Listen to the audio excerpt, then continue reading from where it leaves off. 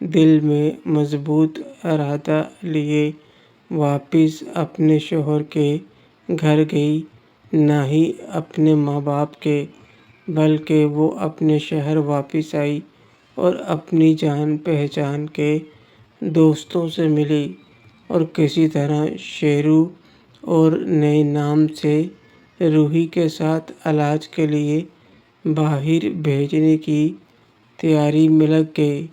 سلطان اس بات پر حیران تھا کہ روزینہ اتنی جلدی روحی کے پاس سے کیسے چلی آئی، لیکن جیسا کہ دونوں کے بیچ رشتہ بس نام کا تھا، تو اس لیے وہ روزینہ سے سوال جواب نہیں کرتا تھا۔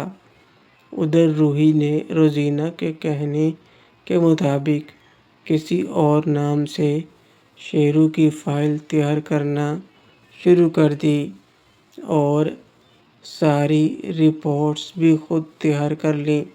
ڈاکٹر ساحر، جو کہ روحی کے پیار میں گرفتار تھا، وہ کسی نہ کسی طرح روحی کے پاس رہنے کی کوشش تو کرتا تھا، لیکن روحی اس پر دھیان نہیں دیتی تھی۔ مگر اس بیچارے نے بھی ہمت نہیں ہاری اور وہ آج بھی جب روحی فائل تیار کرنے میں لگی تھی تو وہ روحی کی مدد کر رہا تھا، بنا کوئی سوال پوچھے۔ آخر کار ساحر نے مدد کے بدلے روحی کو شام کے ڈنر پر ساتھ چلنے کے لیے راضی کر لیا تھا۔ ہسپتال سے کام ختم کرنے کے بعد روحی گھر جا کر تیار ہوئی اور ساحر اسے لینے پہنچ گیا۔ دونوں وہاں سے ریسٹورنٹ میں گئے اور ڈنر کرنے لگے۔ ساحر: روحی، میرے موم ڈیڈ تم سے ملنا چاہتے ہیں۔ میں نے انہیں بتا دیا کہ میں تمہیں پسند کرتا ہوں اور شادی کرنا چاہتا ہوں۔ وہ تم سے ملنے کل آ رہے ہیں۔ یہ سنتے ہی روحی کے منہ کا نوالا جیسے گلے میں اٹک گیا۔ وہ ساحر کو کئی بار کہہ چکی تھی کہ وہ اسے اچھا دوست مانتی ہے، لیکن پھر بھی ساحر، میں اپنے ماں باپ کو یہ سب کہہ دیا تھا کہ…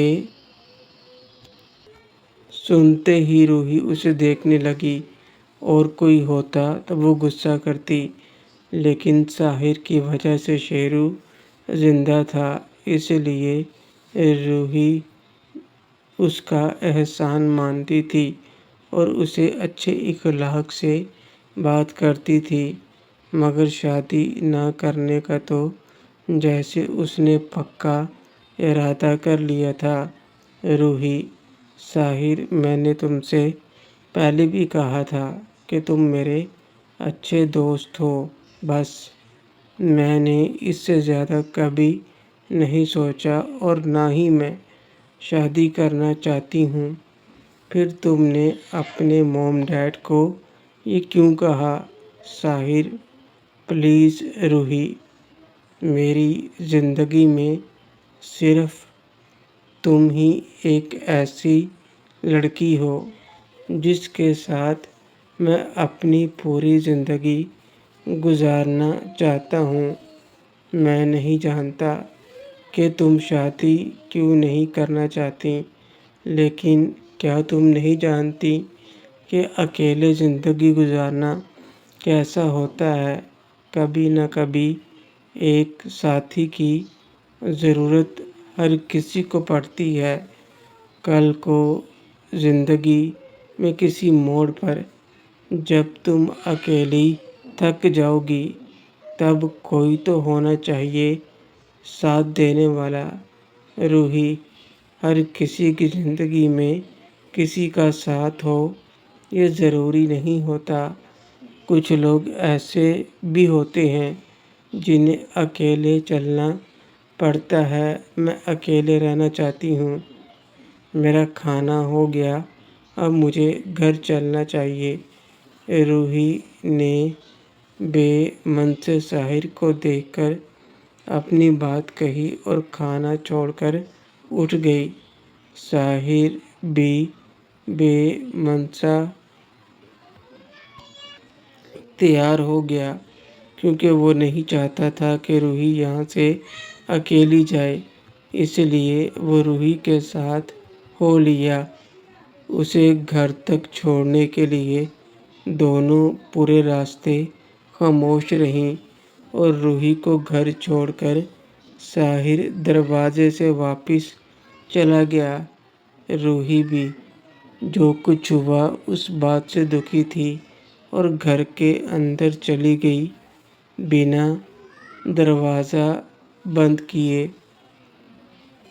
روحی نے بے دھیانی میں دروازہ کھلا چھوڑ دیا تھا۔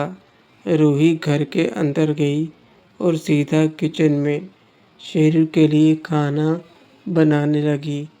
باہر اندھیرا ہو چکا تھا اور آس پاس کوئی خاص آبادی بھی نہیں تھی۔ اوپر سے روحی کا گھر بھی الگ تھلگ تھا۔ من ہی من میں ساحر کی باتوں پر دکھی ہوتی وہ کھانا بنا رہی تھی۔ کھانا کھانے کے بعد روحی شیرو کے کمرے میں چلی گئی۔ روحی کو اس بات کی بالکل بھی خبر نہیں تھی کہ اس نے دروازہ کھلا چھوڑ دیا اور اسی کھلے دروازے سے کوئی اندر بھی آ چکا تھا جو روحی کو دیکھ رہا تھا۔ شیرو پر نظر پڑتے ہی وہ شخص حیران ضرور ہوا، لیکن جب شیرو کی حالت دیکھی تو اسے سمجھنے میں دیر نہیں لگی کہ وہ ایک زندہ لاش سے زیادہ کچھ نہیں ہے۔ جیسے ہی روحی شیرو کو کھلانے لگی، اس وقت یہ شخص اندر آیا اور روحی کو دبوچ لیا۔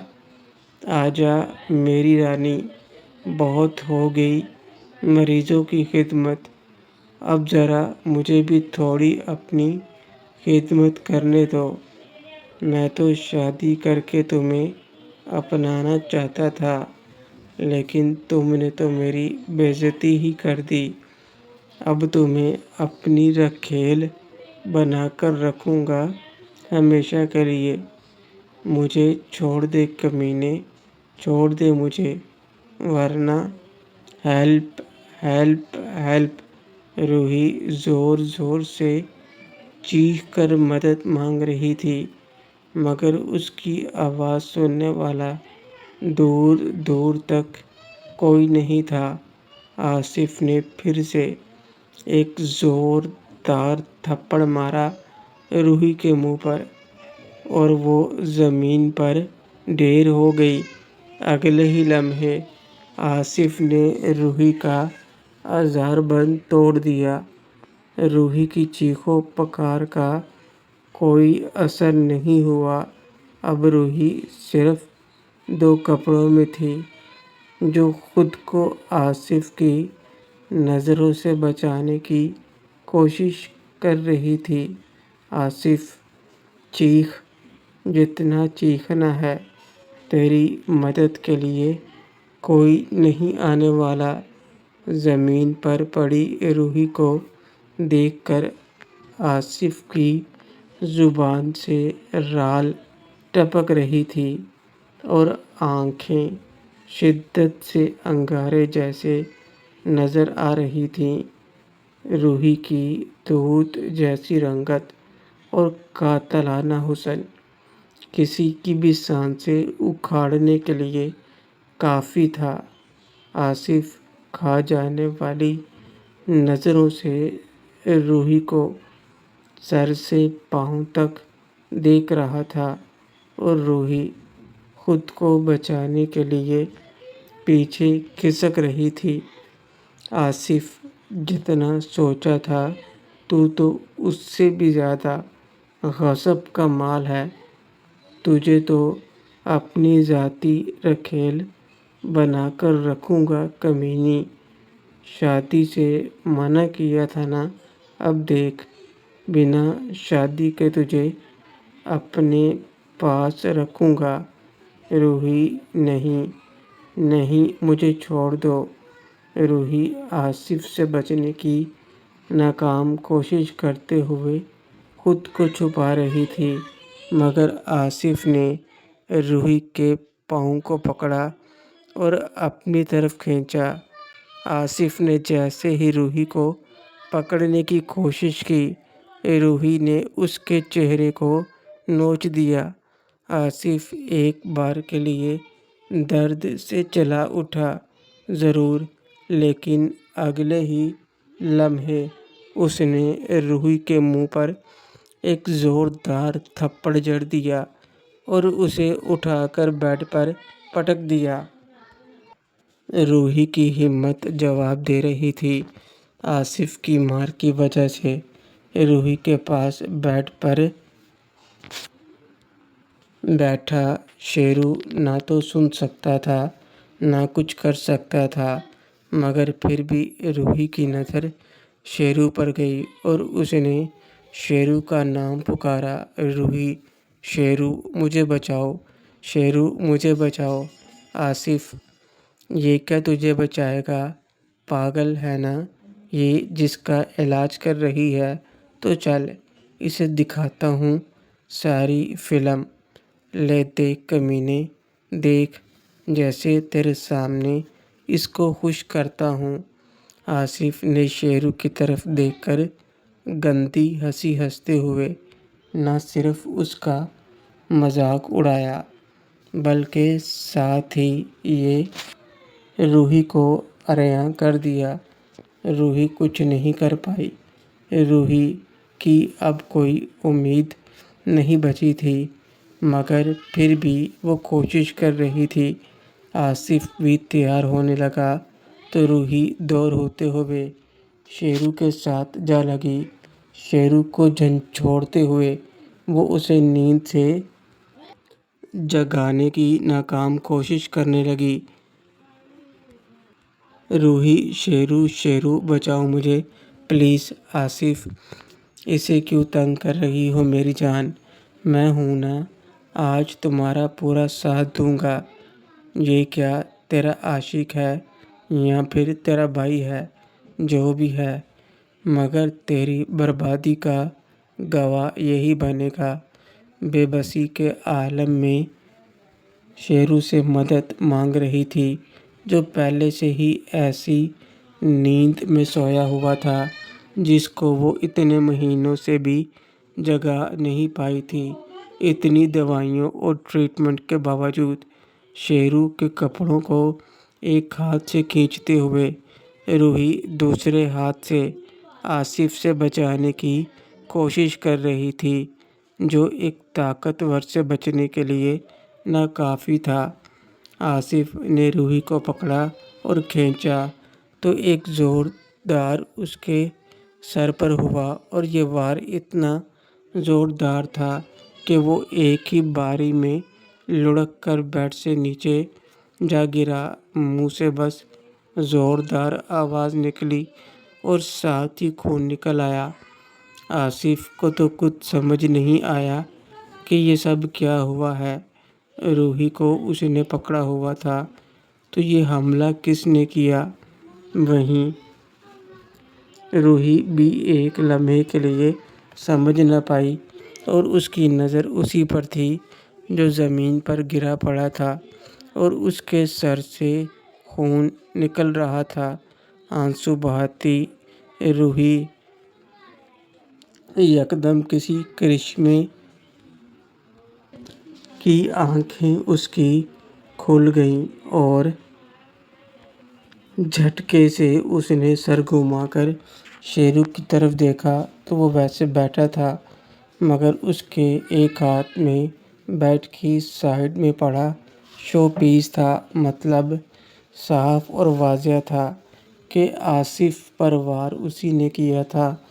روحی ایک لمحے کے لیے اپنی حالت بھول گئی اور اس کے چہرے پر یکدم خوشی آ گئی، حالانکہ آنسو ابھی بھی آ رہے تھے آنکھوں سے، جو اچانک سے دکھ درد کو چھوڑ کر خوشی کا رنگ میں رنگ گئے تھے۔ روحی سیدھا شیرو کے سینے سے لگ گئی، جو ابھی بھی ویسے بیٹھا تھا جیسے وہ نیند سے ابھی بھی پوری طرح جاگا نہیں تھا۔ وہ ابھی بھی سب سمجھنے کی کوشش کر رہا تھا مگر سمجھ نہیں پا رہا تھا۔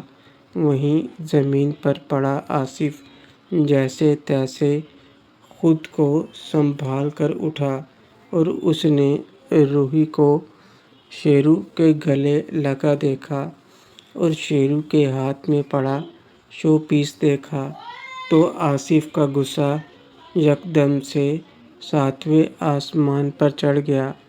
آصف، تیری ماں کی، تو نے مجھے مارا، دیکھ تیرا کیا حال کرتا ہوں، پھر تیرے ہی سامنے اس کو نہیں چھوڑوں گا۔ آصف شیرو کو مارنے کے لیے اس پر جھپٹا۔ یہ دیکھ کر روحی گھبرا گئی کیونکہ شیرو کی حالت پہلے ہی ٹھیک نہیں تھی اور بدن بہت کمزور ہو چکا تھا، ساتھ ہی اسے ابھی تک پوری طرح سے جیسے ہوش بھی نہیں آیا تھا۔ یہ دیکھ کر روحی شیرو کو بچانے کے لیے اس کے سامنے آ گئی، آصف کو دھکا دینے کی کوشش کی، حالانکہ روحی لگ بھگ پوری طرح سے عریاں تھی، لیکن چہرے کو بچانے کی غرض سے اس نے خود کو ڈھانپنا بھی گوارا نہیں کیا۔ آصف نے سامنے آئی روحی کو تھپڑ مار کر گرا دیا اور شیرو کی گردن دبوچ لی۔ شیرو نے پھر سے ہاتھ میں پکڑا شو پیس، آصف کو مارنے کی کوشش کی، لیکن آصف اس بار تیار تھا۔ آصف نے شیرو کی کلائی پکڑ کر زور سے دبائی اور اس کا ہاتھ بیڈ کی سائیڈ میں زور سے دے مارا، جس کی وجہ سے ہاتھ میں پکڑا وہ شو پیس گر گیا۔ اگلے ہی لمحے آصف نے شیرو کے چہرے پر 3-4 مکے دے مارے۔ مکے لگنے کی وجہ سے شیرو کے منہ سے خون نکلا۔ یہ دیکھ کر روحی پھر سے اٹھی اور اس نے بھی پاس میں پڑا لائٹ پمپ اٹھا کر آصف کے سر پر دے مارا۔ آصف کو اس سے درد ہوا مگر وہ وزن میں ہلکا تھا، اس وجہ سے آصف کو کچھ خاص اثر نہیں ہوا۔ شیرو کو زمین پر پٹک کر اس نے روحی کو پھر سے پکڑ لیا۔ آصف، چپ چاپ میری بات مان لے ورنہ تیرے ساتھ تیرے یار کی بھی جان لے لوں گا۔ روحی نے آصف سے خود کو چھڑوانے کی کوشش کی مگر اس کا زور نہیں چل رہا تھا۔ روحی، تیرے جیسے کمینے کی اوقات کہاں جو اس کا مقابلہ کر سکے۔ تیری قسمت اچھی ہے کہ وہ اس حالت میں ہے، ورنہ جو ہاتھ سے مجھے چھوا تھا وہ ہاتھ ہی اب تک تیرے جسم سے اکھاڑ دیا ہوتا اس نے۔ آصف، یہ بات ہے تو دیکھ اس کا تیرے سامنے کیا حال کرتا ہوں۔ آصف پھر سے روحی کو دھکا دے کر ایک طرف گرتے ہوئے شیرو پر ٹوٹ پڑا، جو ابھی بھی بکلایا سا تھا۔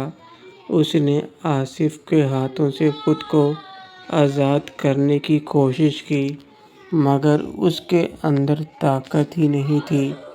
وہ آصف کو خود سے دور کر سکتا جسم تو پہلے ہی حد سے زیادہ کمزور تھا اور دماغ بھی جیسے ابھی تک کچھ سمجھ نہیں پا رہا تھا، مگر وہ ہوش میں آ رہا تھا۔ اس بار پھر سے آصف نے وار کرتے ہوئے شیرو کی درگت بنانا شروع کر دی، مگر اس بار ضرور ہوا کہ شیرو نے آصف کا وار روکنے کی کوشش ضرور کی۔